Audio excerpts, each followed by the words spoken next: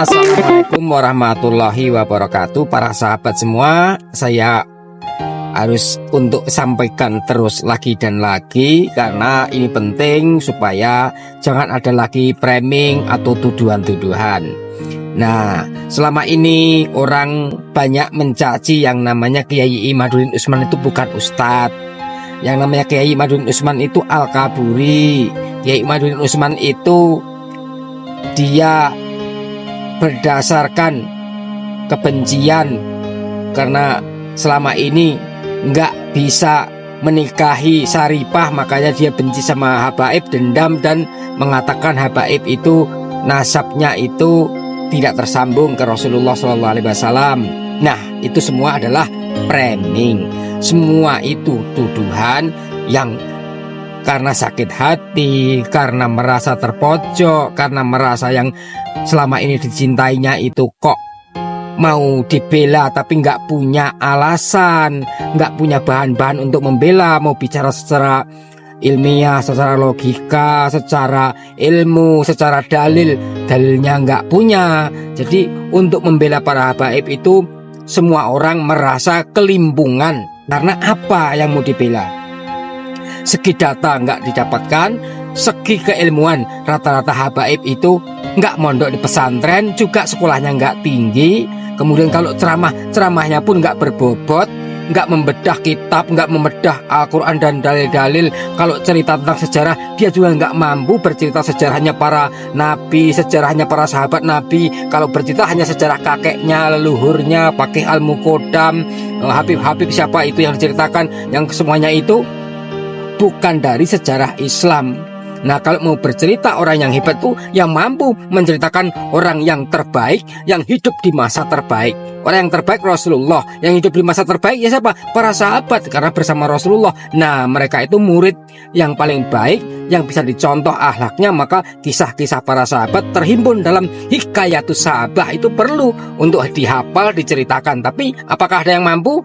Nah, para habaib belum ada yang berani menceritakan para sahabat, karena mungkin barangkali orang yang nggak menyukai kisah para sahabat, mungkin membenci sahabat, mungkin dia itu bagian dari Khawarij. Kenapa? Ya karena mereka benci para sahabat, sehingga Sayyidina Husain itu dibunuh itu oleh orang-orang Khawarij, orang yang nggak suka sama Ali, sama keturunannya Rasulullah. Mereka itu pengennya zuriyah Nabi itu. Nah, mungkin mereka juga begitu, mengajak umat Islam jangan cinta para sahabat, jangan umroh ke Madinah. Nah, umrohnya digantikan ke kota yang lain. Apakah kotanya para wali yang tapak kakinya itu nggak boleh diaspal? Mungkin barangkali ke kota situ. Jadi karena tidak punya bahan untuk membela para habaib, akhirnya hanya caci maki, akhirnya hanya membreming-breming, terus mengumpat seperti tuduhan-tuduhan yang tadi dilontarkan. Kiai Imad itu begal nasab, Kiai Imad itu Al-Kaburi, dan seterusnya, yang kesemuanya itu bagian dari anak kecil. Karena orang yang dewasa berbicaranya tentu berbicara yang bisa diajak untuk saling beradu pandang, beradu argumen. Nah, inilah. Maka hari ini dibukakan dengan tesisnya Kiai Imad itu siapa yang punya kualitas, siapa yang selama ini menjual agama, gitu. Semoga kita semua ini merasa mendapat pencerahan dengan datangnya tesisnya Kiai Imaduddin. Dan itu bisa kita jadikan sebagai bahan untuk mengajak orang lain untuk sadar, yang selama ini gelap mata, buta hati, meyakini dengan perasaan menggebu-gebu, dengan memandang surga itu di bawah telapak kakinya cucu Rasulullah. Maka hari ini supaya sadar, cucu Rasulullah itu banyak, nggak cuma dari kalangan habaib. Ada yang cucu Rasulullah namanya zuriyah dari Sayyidina Husain, nama gelarnya itu Syarif. Ada yang dari Sayyidina Hasan, nama gelarnya itu Sayyid. Nah, itu semua cucu Rasulullah juga. Banyak juga yang dari orang Jawa, dari orang Madura, dari mana-mana pun. Termasuk yang namanya Satria Bergitar Haji Roma Irama, yang hari ini itu dikatakan ahli nasab dadakan oleh Habib Rizik itu malah cucu Rasulullah yang asli, karena dia keturunan dari Banten, silsilahnya sampai ke Sunan Gunung Jati. Sunan Gunung Jati sendiri itu cucu Rasulullah dari Raja Mesir, Dewi Rara Santang, yang dari tanah Pasundan itu ketika naik haji dinikahi oleh Raja Mesir. Nah, ketika sudah bersuami Raja Mesir punya anak Syarif Hidayatullah. Ketika dewasa dia pulang ke rumah orang tua kakeknya yang ada di Jawa Barat, tepatnya di Cirebon, dan akhirnya mewarisi tahta kerajaan Pakungwati di Cirebon yang kita sebut sebagai Sunan Gunung Jati atau Syekh Syarif Hidayatullah, termasuk dalam Wali Songo. Itu bagian dari cucu Nabi. Nah, Haji Roma Irama itu keturunannya yang sah, maka gelarnya Raden.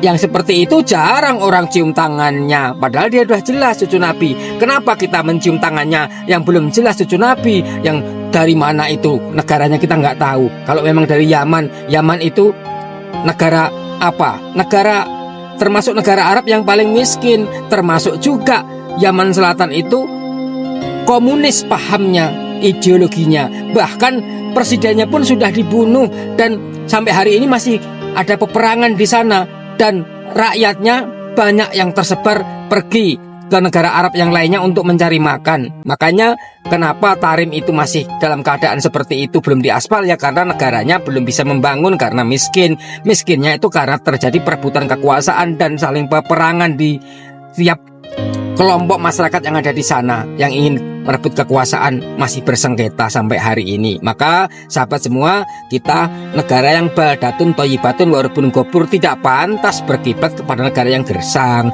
kurang makmur, negara yang begitu banyak konflik. Begitu. Negara Indonesia adalah banyak bangsa bisa hidup dalam satu negara. Negara Arab adalah negara yang satu bangsa saja, satu bahasa saja Arab, tapi nggak bisa hidup dalam satu negara. Mereka pecah menjadi puluhan negara. Nah, itu harus kita hafalkan supaya kita yakin pada negeri kita sendiri, tidak mencintai produk lain yang ternyata produk gagal. Begitu. Terima kasih. Wassalamualaikum warahmatullahi wabarakatuh.